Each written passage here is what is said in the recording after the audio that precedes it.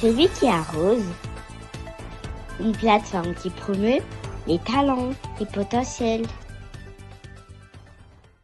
Bonne année à tous. Et bien-aimés dans le Seigneur, nous bénissons Dieu pour cette nouvelle année.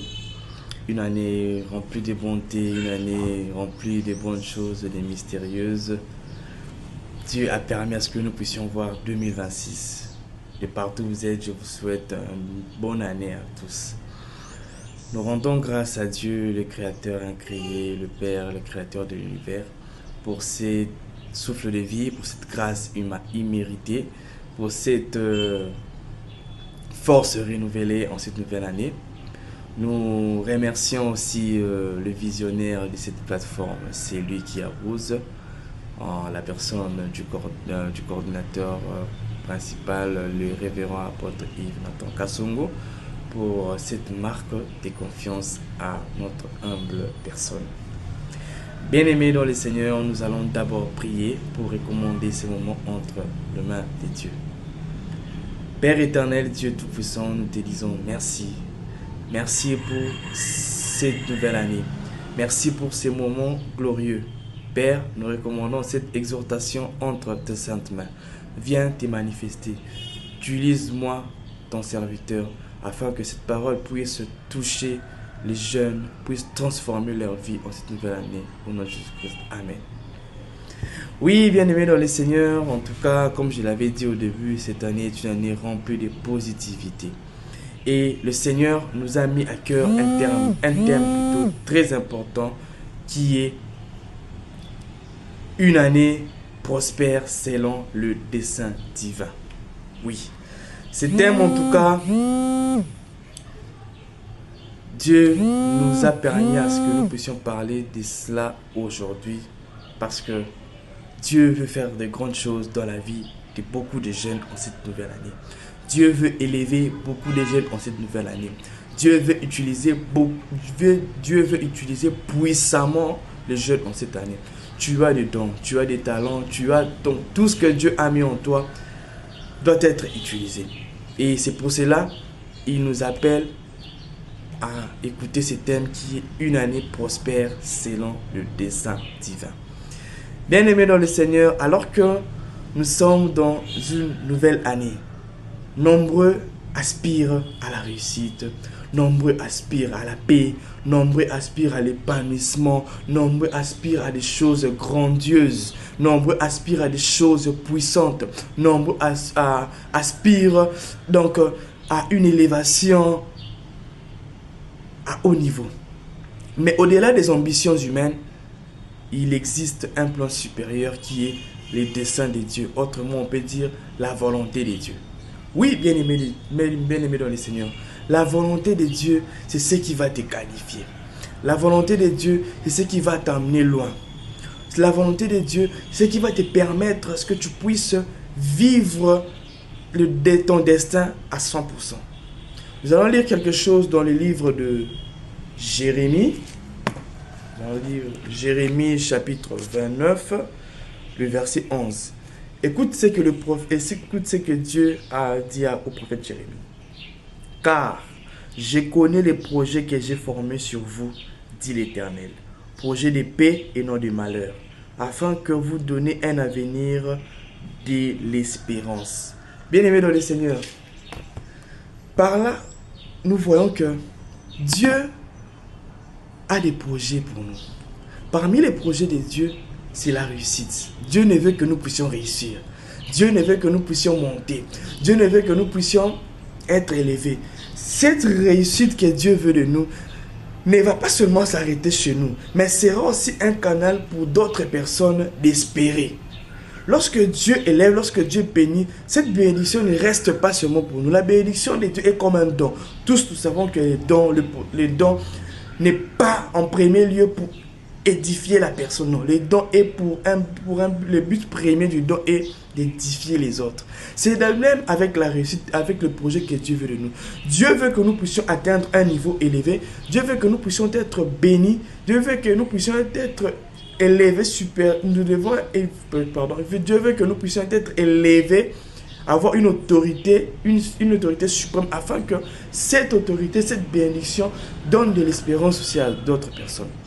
C'est pour ça qu'il nous appelle en cette année, il nous rappelle ce thème ce matin qui est une année prospère selon le dessein divin.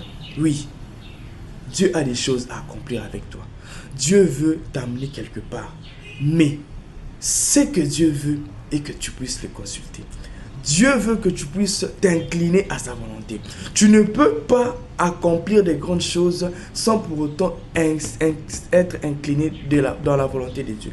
Nous l'avons même vu avec le psalamiste qui dit dans Psaume 37, il dit que fais de l'Éternel tes délices afin qu'il te donnera ce que ton cœur désire. Oui, bien aimé dans le Seigneur. Ça commence par une condition. Pour être élevé, certes, Dieu nous attend à une supériorité. Certes, Dieu nous attend à une élévation.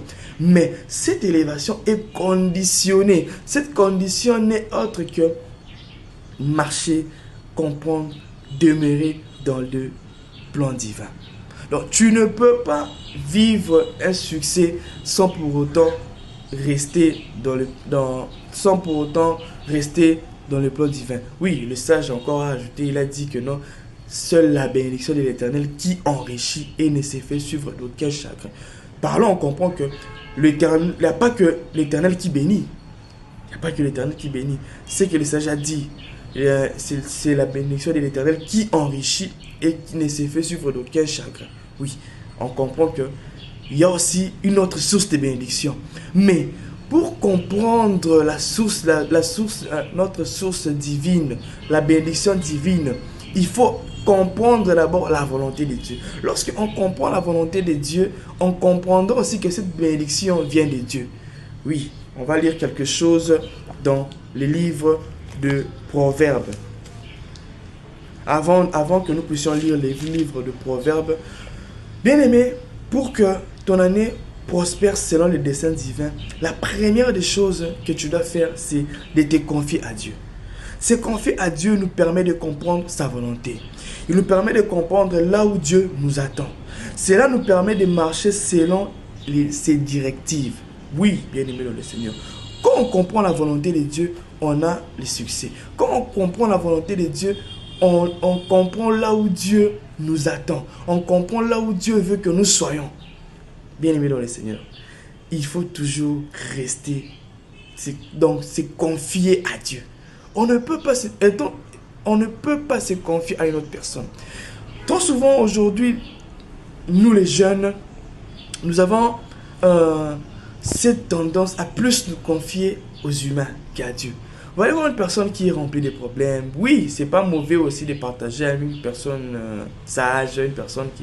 Mais en premier lieu, il faut d'abord consulter Dieu. C'est même en consultant Dieu que Dieu va même te permettre à savoir à qui te confier. Beaucoup de jeunes sont remplis, leurs cœurs sont remplis d'échecs, leurs cœurs sont remplis de déceptions, de douleurs, tout simplement parce qu'ils ne mettent pas Dieu à la première place. Se confier à Dieu, c'est lui donner la première place. Se confier à Dieu, c'est de le reconnaître comme le commandant suprême de ta vie. Bien aimé dans le Seigneur, tu veux réussir, tu veux que ton don, ton talent puisse émerger. Mais est-ce que tu te confies à Dieu? Est-ce que tu parles à Dieu? Est-ce que tu es dans la présence de Dieu? Se confier à Dieu, c'est aussi une façon aussi d'être en intimité avec lui. Nous allons l'appuyer dans les Écritures, dans Proverbe 3, Proverbe le chapitre 3, le verset 16.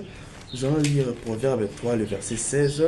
Écoute ce que les sages nous disent dans Proverbe 3, 5, 6. Il dit, confie-toi en l'Éternel de tout ton cœur et ne t'appuie pas sur ta sagesse.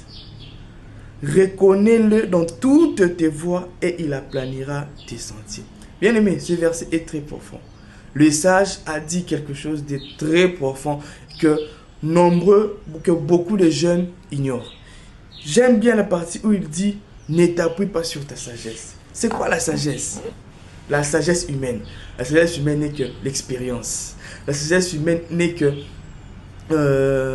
les ondits. Tu vas voir une personne qui s'appuie, dit que ah non, chez nous, on ne fait pas ça. Ah, un vieux m'avait dit que il ne faut pas faire ça, sinon tu risques de tomber. Est-ce que c'est Dieu qui l'a dit?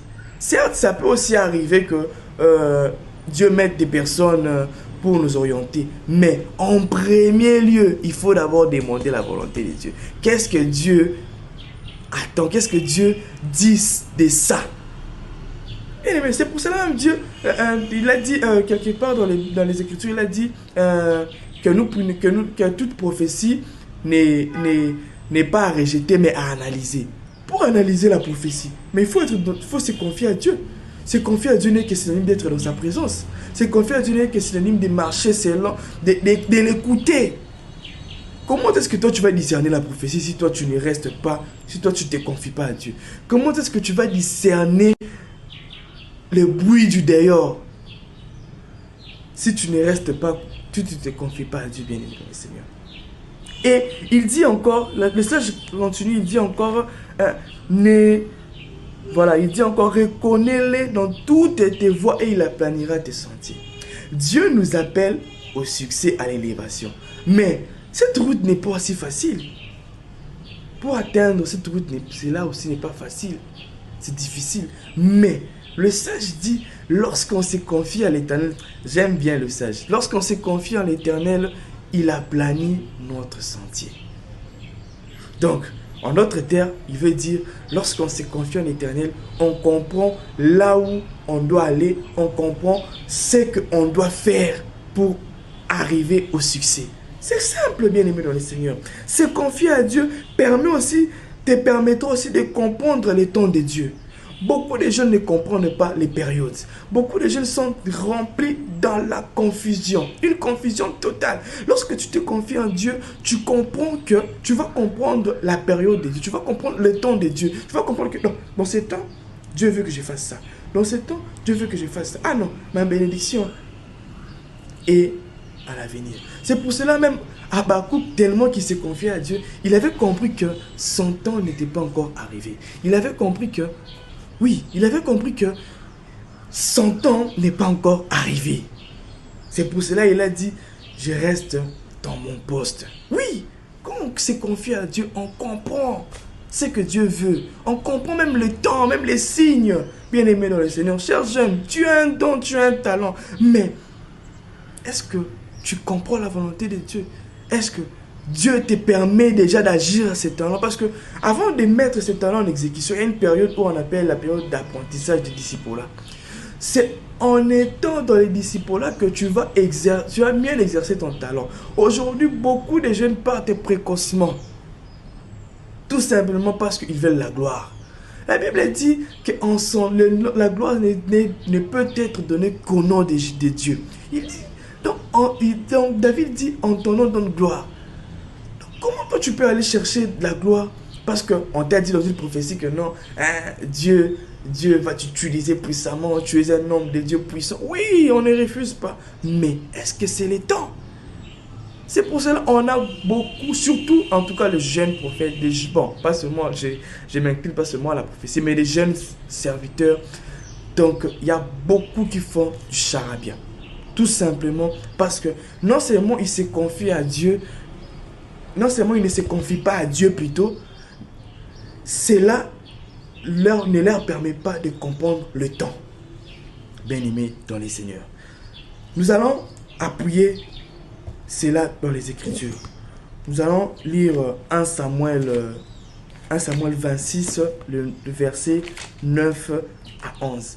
Là, c'est l'histoire de David. David, bien qu'il était déjà loin. Mais écoutez ce que David répondit. 1 Samuel 26, 9 à 11. 1 Samuel 26, 9 à 11. Écoutez ce que David dit. David dit ceci, je lis au nom de Jésus-Christ. Mais David dit à Abishai, ne les détruis pas, car qui pourrait impunément porter la main sur loin de Dieu? Bien-aimé dans le Seigneur, ici, c'est l'histoire de David. Saoul était encore dans le pouvoir. Bien que David avait été oint par le prophète Samuel, mais Saoul exerçait d'abord. Et D'ailleurs, si vous continuez, vous allez voir que David occupait une partie d'Israël, une petite partie d'Israël, bien que Saoul était déjà là. David occupait une partie d'Israël. Mais Saoul était mourant. Et ceux qui étaient autour de Saoul ont appelé David en lui proposant de le tuer. Vous imaginez? Donc, c'est comme toi, tu sais que non, Dieu t'attend quelque part. Que Dieu, tu as un don, tu dois exercer dans le ministère. Mais on te donne l'occasion, on te dit par exemple que non, ton père spirituel par exemple, est mourant, ceci, cela. Mais tu te précipites pour prendre le bâton. Mais David dit, j'ai aimé ce que David dit, ne lui détruis pas, car qui pourrait l'impunément porter la main sur loin de Dieu? Oui, Saoul, bien qu'il avait fauché, c'était un loin de Dieu. Et David le savait. C'est pour ça qu'il ne pouvait pas prendre la place de Saoul sans pour autant que Dieu puisse mettre le sceau. Jeune, attends que Dieu mette le sceau. Jeune, attends que Dieu mette le sceau dans ton appel. Attends que Dieu mette le sceau dans tes dons. Attends que Dieu mette le sceau dans tes potentiels. En cette année, Dieu veut que tu montes. Mais attends que Dieu mette le sceau. En attendant que Dieu mette le sceau, travaille-toi. En attendant que Dieu mette le sceau, confie-toi à lui, bien-aimé dans le Seigneur. Chers jeunes, en cette nouvelle année, confions-nous à Dieu. Confions-nous réellement à Dieu. Confions-nous vraiment à Dieu afin que nous puissions arriver là où Dieu nous attend, bien-aimés dans le Seigneur. Le premier point, j'avais dit que c'est un point qui s'appelle se confier à Dieu. Mais il y a aussi le deuxième point. Pour que nous puissions réussir cette année, une année prospère selon les desseins divins, on ne peut pas seulement s'arrêter à se confier à Dieu. Oui, il y a de ces jeunes aussi qui se confient à Dieu, qui connaissent ce que Dieu leur a dit, mais peu maintiennent ce que Dieu leur a dit. C'est pour ça que le deuxième point, c'est maintenir la lumière de Dieu. Oui, tu dois maintenir la lumière de Dieu. Et tant que jeune, tu dois maintenir la lumière de Dieu. Le don, l'appel que Dieu t'a déclenché en toi, tu dois le maintenir. Pour le maintenir, tu dois maintenir la lumière.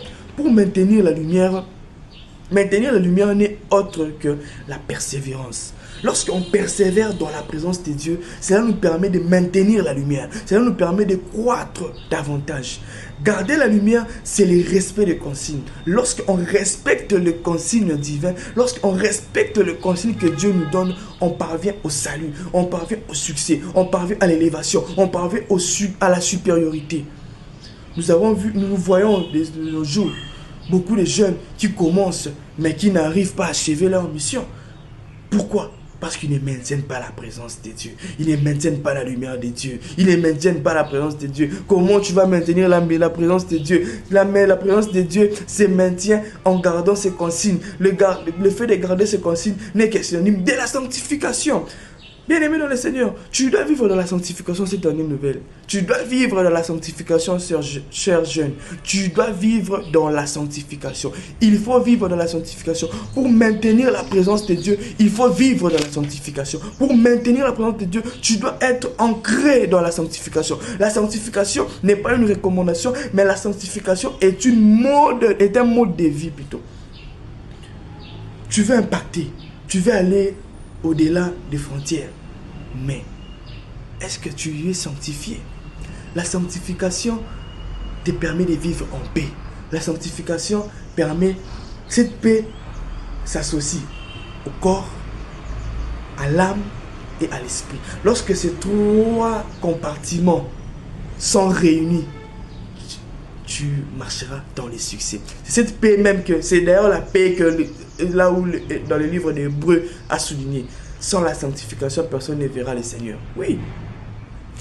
Quand tes trois compartiments, le corps, l'âme et l'esprit sont en paix, le corps, c'est le temple du Saint-Esprit. Quand il est en paix, cela veut dire que le Saint-Esprit est en toi. Donc, quand le corps est en paix, le Saint-Esprit est là. Quand l'âme est en paix, ton âme sera rachetée, sera enlevée, ira au dernier où on va chanter louange et gloire au royaume des cieux. Lorsque ton esprit est en paix, tu vas déclencher, tu vas faire de grandes choses. Lorsque ton esprit est en paix, tu vas donner le os dans les ossements desséchés. Nous l'avons vu avec Ézéchiel. Ézéchiel, la Bible dit, Trop souvent, nous martelons seulement la partie où Ézéchiel déclare. Mais la Bible dit au commencement, Ézéchiel fut transporté. Quelle dimension! Est-ce que toi, ton esprit est transporté? Dieu te transporte. Pour arriver à cette dimension, il faut que ton esprit soit en paix. Comment ton esprit sera en paix si toi, tu ne marches pas dans la sanctification? Bien aimé dans le Seigneur. Ensuite, une nouvelle, laissons Dieu faire, nous emmener. Laissons Dieu nous guider. Maintenir la lumière, c'est pas seulement marcher, c'est marcher dans la sanctification. Respecter les consignes de Dieu. Nous l'avons vu avec le petit prophète. Dieu lui a donné une instruction en lui disant que là où tu vas, ne mange pas. Ne fais pas ceci, ne bois pas. Et ne rentre pas dans la même route que tu es venu. Mais il a croisé le grand prophète qui lui dit chose contraire. Deux fois, on se laisse contredire par nos aînés spirituels, tout simplement parce que non seulement nous nous confions pas à Dieu, mais nous ne maintenons pas la lumière. Quand on ne maintient pas la lumière de Dieu, ça met une, comment je peux dire, dégradation dans notre esprit. Et c'est pour cela on est facilement influençable. C'est pour cela on est facilement influençable par les cris du dehors. Bien aimé dans le Seigneur, reste dans la présence de Dieu. Maintiens la lumière de Dieu. Maintiens la lumière de Dieu. Maintiens la lumière de Dieu, bien aimé dans le Seigneur. Maintenir la lumière de Dieu, c'est pas seulement aussi marcher dans la sanctification, mais c'est aussi rester dans les Écritures. Oh bon, d'ailleurs, marcher dans la sanctification, une personne qui marche dans la sanctification, c'est une personne qui reste dans les Écritures. Mais il faut développer cela. Nous allons prendre même l'illustration de Jésus. Jésus, non seulement il marchait dans la sanctification, il était ancré dans les Écritures. La Bible dit, après avoir passé 40 jours dans les déserts, dans les montagnes pour prier, il fut amené dans les déserts pour être tenté dans les diables. Des fois, Dieu nous met dans les épreuves pour tester notre capacité. Jésus fut amené dans les déserts pour être tenté par les diables. Et lorsque le diable se présente, Jésus, cette fois-ci, n'a pas utilisé la puissance de la parole, donc la déclaration. Mais Jésus s'est fié aux Écritures. Bien aimé le Seigneur, et tant que jeune, tu as des potentiels, tu dois te fier aux Écritures. Les Écritures, c'est ça la fondation d'un chrétien. Les Écritures, c'est ça qui fera de toi une personne puissante, bien aimé dans le Seigneur. Tu dois te fier à les Écritures. Lorsque tu te fies à les Écritures, tu vas savoir quelle arme utiliser devant un défi. Jésus devant le diable lui-même, il a utilisé les Écritures. Mais devant Pierre, il a utilisé la déclaration. Vous imaginez un peu entre devant Pierre, qui a été possédé par le diable pour tenter Jésus, et devant le diable lui-même. Selon le nom de nos pensées, qu'est-ce qu'on allait utiliser? Devant le diable, on allait utiliser la puissance, la déclaration. Mais Jésus n'a pas utilisé la puissance devant le diable. Jésus a utilisé les Écritures. Mais devant Pierre, il a utilisé la puissance. Tout simplement pourquoi? Parce qu'en lui, il avait cette lumière. La lumière de Dieu, lorsqu'on la maintient, on comprend quelle arme utiliser devant un défi.